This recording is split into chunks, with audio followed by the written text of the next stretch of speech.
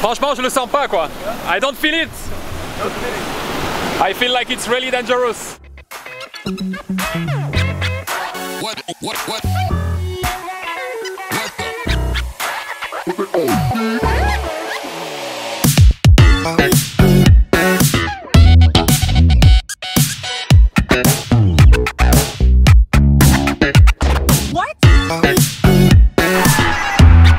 La Zambie.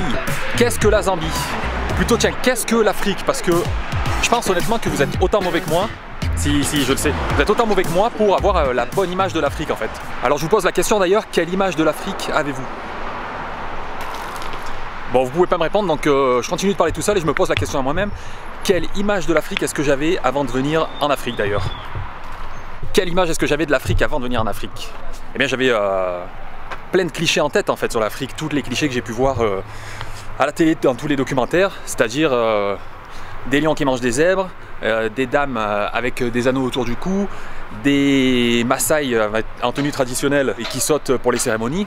Je savais aussi qu'il y avait des pyramides et je savais aussi que le dimanche à Bamako c'était jour de mariage. Après mon image de l'Afrique était vraiment, c'est vraiment des clichés quoi. Mais jamais je me suis vraiment posé la question de savoir par exemple à quoi ressemble une ville africaine, quel est vraiment le mode de vie en Afrique quoi, à part tous ces clichés traditionnels. Je n'avais aucune idée de ce qui pouvait se passer dans tous les pays. Alors bien sûr l'Afrique c'est énorme, Afrique du Sud, Afrique centrale, Afrique du Nord, trois parties qui sont je pense vraiment très différentes. Et pour ce qui est de l'Afrique centrale en fait je m'imaginais pas qu'il pouvait y avoir autant un côté moderne. Et c'est-à-dire là par exemple je suis en Zambie, je suis arrivé hier. Allez, je vous épargne la suite de ce monologue et je vais vous faire la version courte. En fait j'explique que tout comme lorsque je suis arrivé à Nairobi 2 mois plus tôt, j'ai également été très surpris lorsque je suis arrivé à Lusaka. Ce matin-là, en allant en ville pour m'acheter un t-shirt, je me suis retrouvé dans des centres commerciaux hyper modernes. J'ai vraiment été surpris de trouver tous ces magasins, ces restaurants, ces cinémas. Alors que la veille, nous avons fait 17 heures de bus et nous avons pu observer des villages traditionnels et plutôt pauvres, sans eau ni électricité. Nous sommes restés dans le même pays, mais nous sommes passés d'un extrême à l'autre. Le côté traditionnel, le côté les Maasai qui sautent pour leur cérémonie, les femmes girafes et les lions qui mangent les herbes, ok c'est toujours là quoi. Ça existe toujours. Mais il y a une Afrique qu'on ne connaît pas du tout, en tout cas personnellement je ne connaissais pas du tout, c'est vraiment cette Afrique qui se modernise. Donc je suis content au final de découvrir ça, de me dire qu'il n'y a pas que ce côté traditionnel et que ce qu'on veut bien nous montrer à la télé. Et donc voilà, je découvre un autre visage de l'Afrique que celui que j'imaginais avant de venir ici. Mais au final, pour moi, l'Afrique renvoie quand même 2 visages. Enfin, je devrais pas dire l'Afrique en fait, parce que voilà, mon expérience c'est juste 3 pays, c'est Kenya, Tanzanie, Zambie. Donc on va dire que pour certains pays d'Afrique, il y a quand même 2 visages, c'est-à-dire que certaines parties de ces pays renvoient une image moderne, développée et plus riche que ce que je pouvais l'imaginer avant de venir. Alors bien sûr, heureusement, le côté traditionnel est toujours présent. D'ailleurs, c'est celui que je préfère et quand on voyage, c'est le côté le plus dépaysant. Donc, dans une grande ville comme Lusaka, si on veut un peu de dépaysement, il faut se rendre dans le centre-ville. Et notamment ici à Lusaka, au City Market, où je viens de prendre un déjeuner. Oh. So thank you very much. It was really good. What's your name? I'm Helen. Helen? Do you Yes. Helen, so you're the cook here, right? Yes, please. Really good, really good. So how much is it, please? Your food? Yes. 25 kwacha. 25 kwacha. Yes. Ok. Juste donc on a eu donc juste du riz et bœuf là, 25 kwacha. Et il n'y a rien de plus local, c'est vraiment au top. With Helen, you told me? Yes, please. Helen, with Helen. Thank you very much. Thanks a lot. You're welcome. Photo? You want photo? Excellent. I'm Fred. I'm from France. You're my friend of mine. And you've got WhatsApp? I got that. No, someone who got WhatsApp, because if I do a picture of you, I need to send you the picture, you know. Okay. I take a picture. Allez, let's go. Changement de protection pour la côte. Hey. What? France, yes. France. Petit marché. Petit magasin. Really good. Small shop, but really good. Everything. Small shop, but everything you need inside. Really good. Donc là, je suis sur le marché City Market de Lusaka et on peut pas faire plus traditionnel quoi. Et c'est là d'ailleurs où je comprends encore moins la différence en fait. C'est vraiment d'un extrême à l'autre entre les centres commerciaux où on était hier et aujourd'hui la vie vraiment locale et traditionnelle on va dire. Mais bon, ça fait plaisir, tout le monde est super sympa. Très surpris de me voir ici. Mais il y a bonne ambiance. Et le marché est énorme.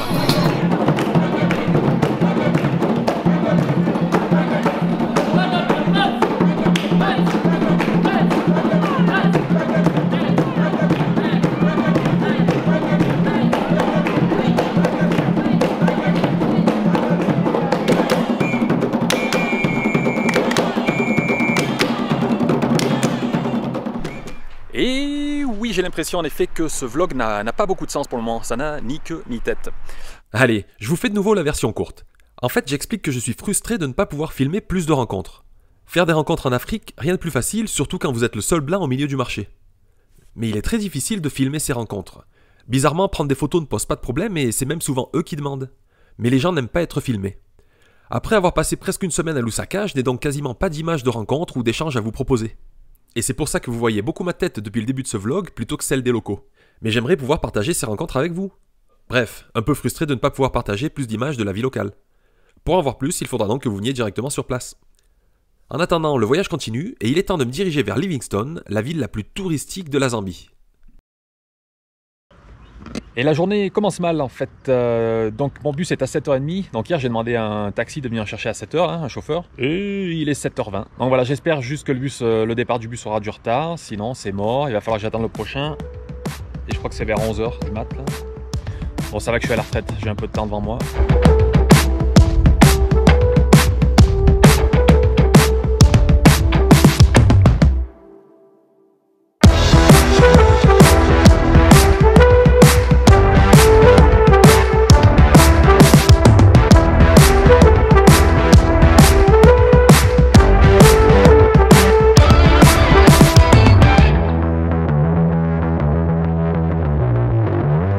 Ok, déjà 3h30 de bus, ça se passe très bien et le bus est beaucoup plus confortable que le premier qu'on avait pris en venant de la frontière là, donc c'est cool. Et là, petit arrêt déjeuner, acheter quelques tourtes là et on continue.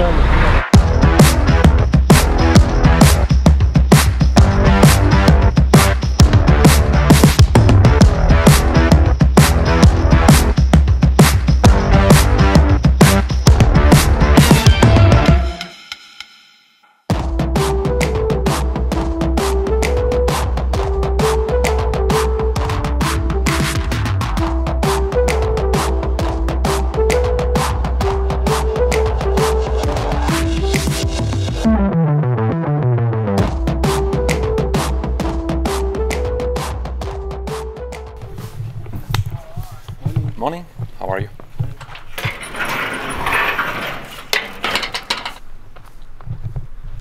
Et c'est une magnifique journée qui s'annonce. Alors vous allez me dire, mais Frédéric, pourquoi es-tu venu à Livingstone? Et je vais vous répondre, calmez-vous 5 minutes, merde. Donc Livingstone, c'est une petite ville au sud de... une ville de 100 000 habitants là, au sud de la Zambie. Et c'est à 10 km du Zimbabwe. Donc on n'est pas loin de la frontière. Et cette frontière est marquée par le lieu que je vais visiter aujourd'hui, qui est un lieu unique au monde. Et Livingstone d'ailleurs porte le nom du premier Européen à avoir vu ce lieu. Donc de toute façon, logiquement, vous devriez déjà savoir parce que j'imagine que ça va être le titre de la vidéo sur YouTube. Mais c'est pas grave, je laisse le suspense jusqu'au bout. Donc on va aller visiter un magnifique lieu aujourd'hui. Premièrement, il faut que je prenne un peu d'argent, un petit café et on est parti. Alors comment commence cette journée, Frédéric? Eh bien cette journée commence bien. C'est lundi matin. Donc les banques, en fait les distributeurs ont été vidés pendant le week-end. Et ils sont pas encore remplis. C'est 8h, 8h30 là. Bon, je vais aller boire un café en attendant que les banquiers fassent leur travail. En espérant que ça prenne pas trop de temps parce que j'ai pas toute la journée non plus quoi. Donc petit café.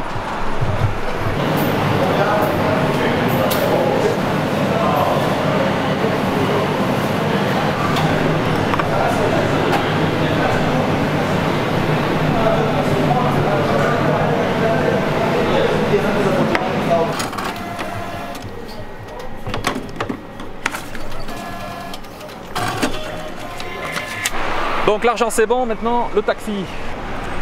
Taxi. Morning, how are you? How much is it to go to Victoria Falls? It's 150 kwacha. Okay. Good for you? Okay.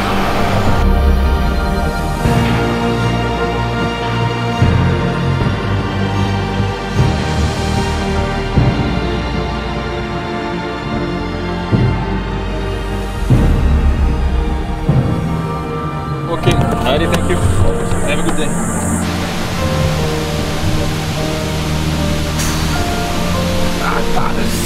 Magnifique, c'est magnifique. Truc de fou.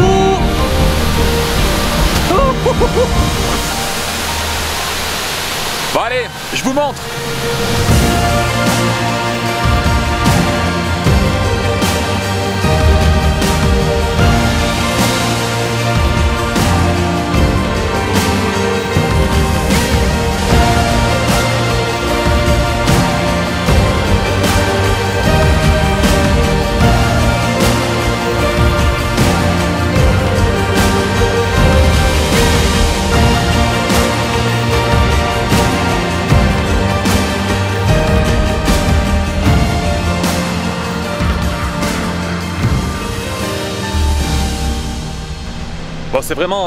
Bon, c'est magnifique, c'est vraiment impressionnant. Et là encore en fait c'est la saison sèche.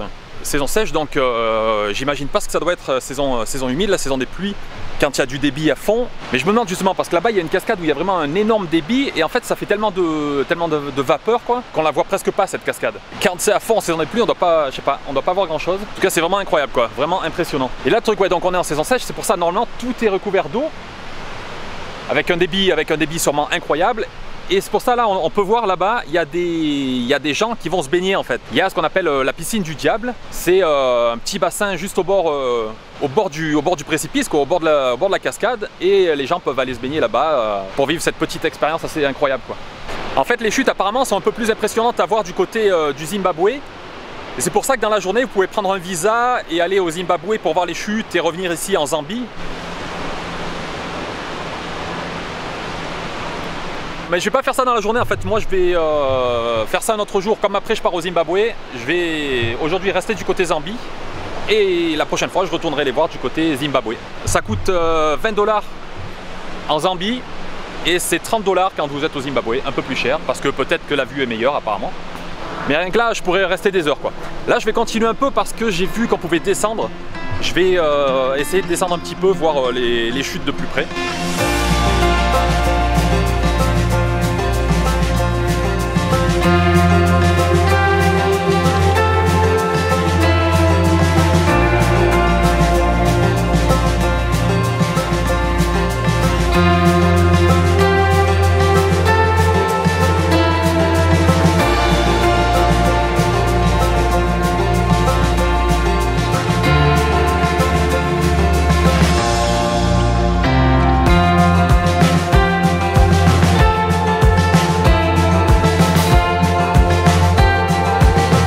Bon, vraiment super là, la petite descente en bas là, c'est à faire. Si vous venez, descendez jusqu'au tourbillon.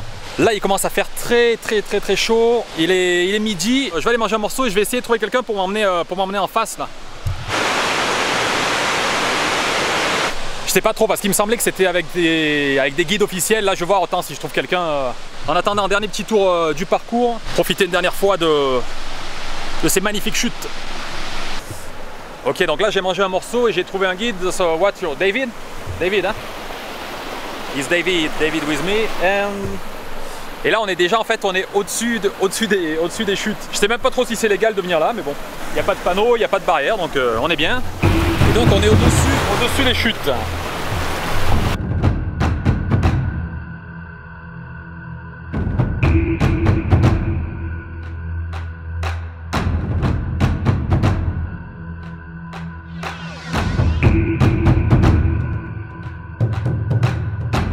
Alors c'est un truc de fou encore, en fait on est vraiment au départ des chutes. Bien sûr c'est accessible que pendant la saison sèche, mais rien que d'être là c'est incroyable quoi.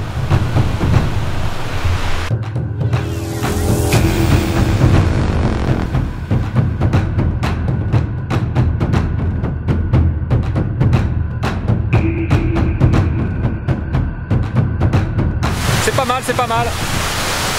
C'est pas mal dangereux je pense.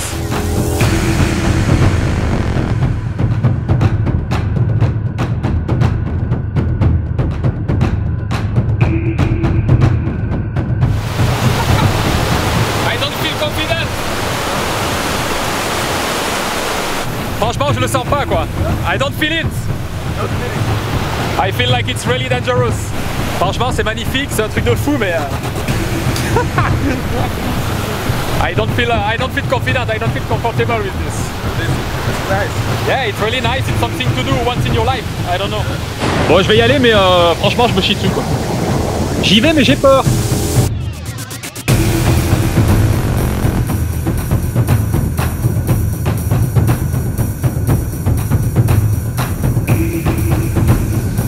Sit down. Yes. Then you hold here, put your legs inside.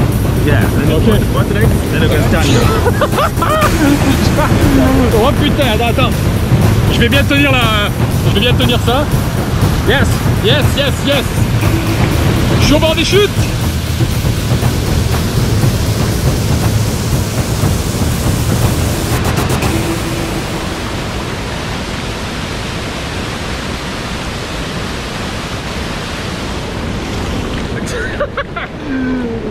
Yes.